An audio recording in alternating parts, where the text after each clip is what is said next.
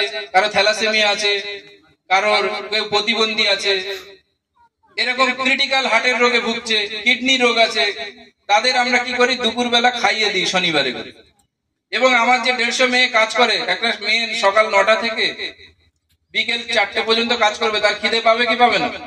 তা আমরা তাদের বিনা পয়সায় আহার করি।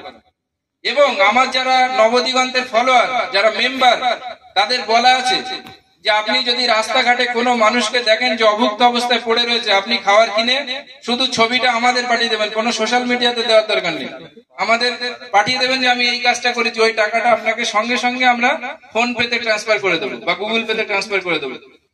যে একটা অসুস্থ মানুষকে আপনি রাস্তায় দেখলেন, নবদিগন্তের সমস্ত মেম্বারদের বলা হয়েছে যে আপনারা খাবার কিনে দিন এবং বিনা পয়সায় আহার দিন তাকে।